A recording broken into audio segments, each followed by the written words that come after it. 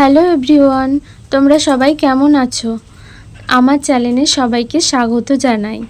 আশা করি তোমরা খুবই ভালো আছো এবং তোমাদের পড়াশোনাও দারুণ চলছে। আজকেও আমি চলে এলাম আমার পড়ার টেবিলে স্টাডি উইথ মি ভিডিও নিয়ে।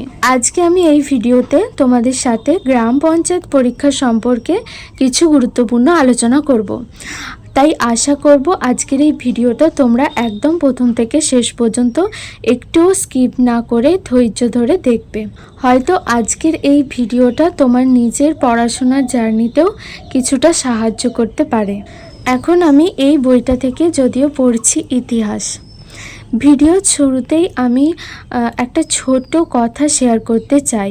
আমার আগের ভিডিওতে একজন কমেন্ট করে বলেছিলেন যে এই সব বই পড়ে কিছু হবে না, অন্য বইয়ের নামও সাজেস্ট করেছিলেন। প্রথমত তোমাকে অনেক অনেক ধন্যবাদ জানাই আমাকে এই ইনফরমেশনটা দেওয়ার জন্য এবং আমার ভালোর জন্য এই পরামর্শটা দেওয়ার জন্য। তবে একটা কথা বলি, আমি এই বইটা অলরেডি কিনে ফেলেছি, তাই এই বইটাতে যেহেতু শর্টে অনেক গোছানোভাবে লেখা আছে, তাই এই মুহূর্তে আমার রিভিশন দেওয়ার জন্য ভীষণভাবে সুবিধাজনক বলে মনে হচ্ছে। এখন আপাতত আমি এই বইটাই শেষ করার চেষ্টা করব। এর পাশাপাশি আমার বাড়িতে একটা মাসিক পত্রিকা নিয়মিত আসে, সেটা হলো পেশা প্রবেশ। সত্যি বলতে এই পত্রিকা পড়তে আমার ভীষণ ভালো লাগে।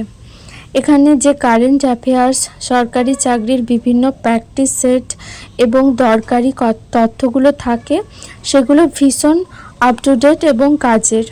আমি প্রতিদিন নিয়মিত করে এখান থেকে কারেন্ট অ্যাফেয়ার্সগুলো নোট করি এবং সেটগুলো সমাধান করার চেষ্টা করি।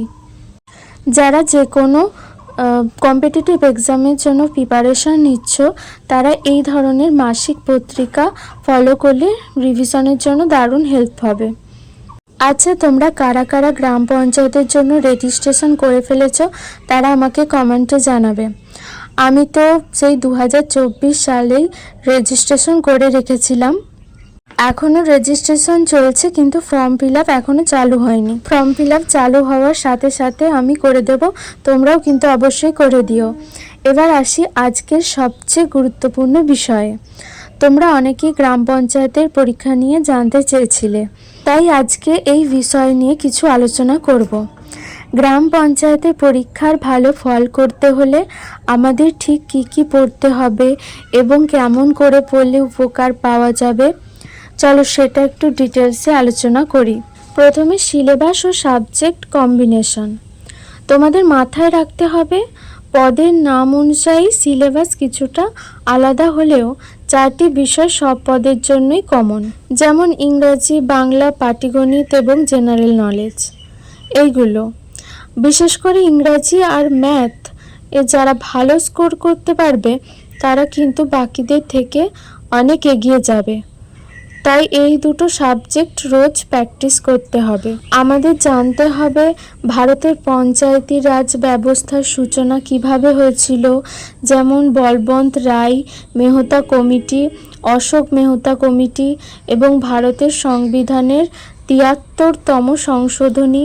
এই সংশোধনীর মাধ্যমে কিভাবে পঞ্চায়েতকে সাংবিধানিক স্বীকৃতি দেওয়া হয়েছিল, এগুলো খুঁটিয়ে পড়তে হবে। যেহেতু পরীক্ষাটা আমাদের রাজ্যের, তাই 1973 সালের পশ্চিমবঙ্গ পঞ্চায়েত আইন থেকে কিছু বেসিক জিনিস জানা জরুরি, যেমন গ্রাম সংসদ এবং গ্রাম সভার মধ্যে পার্থক্য কী, বছরে কতবার এই সভাগুলো ডাকতে হয়, গ্রাম পঞ্চায়েতের আয়ের উৎসগুলো কী কী, যেমন বাড়ি বা জমি ট্যাক্স, সরকারি অনুদান। এই ছোট ছোট ইনফরমেশনগুলো পরীক্ষার জন্য খুব দরকারি।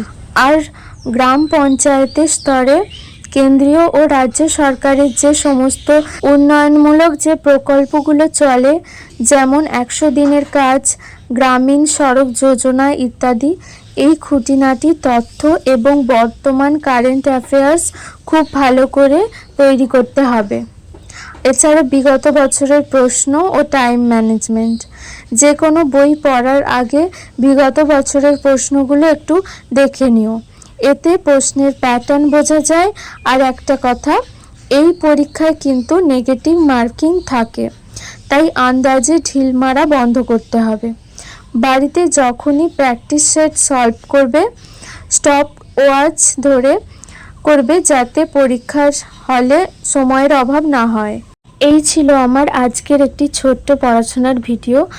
আশা করি তোমাদের ভিডিওটা আজকে ভালো লেগেছে এবং গ্রাম পঞ্চায়েতের এই ইনফরমেশনগুলো তোমাদের প্রস্তুতিতে কিছুটা হলেও সাহায্য করবে। তোমরা বর্তমানে কোন পরীক্ষার জন্য প্রস্তুতি নিচ্ছ এবং তোমাদের কাছে কোন বইটা সেরা মনে হয় তা আমাকে অবশ্যই কমেন্ট করে জানাবে। ভিডিওটি ভালো লাগলে একটা লাইক করবে আর চ্যানেলে নতুন হলে সাবস্ক্রাইব করে আমার এই পড়াশোনার জার্নির পাশে থাকবে। আজকের মতো এখানেই শেষ করছি। সবাই ভালো থেকো, মন দিয়ে পড়াশোনা করো। দেখা হচ্ছে পরের ভিডিওতে। টাটা, জয় শ্রীকৃষ্ণ।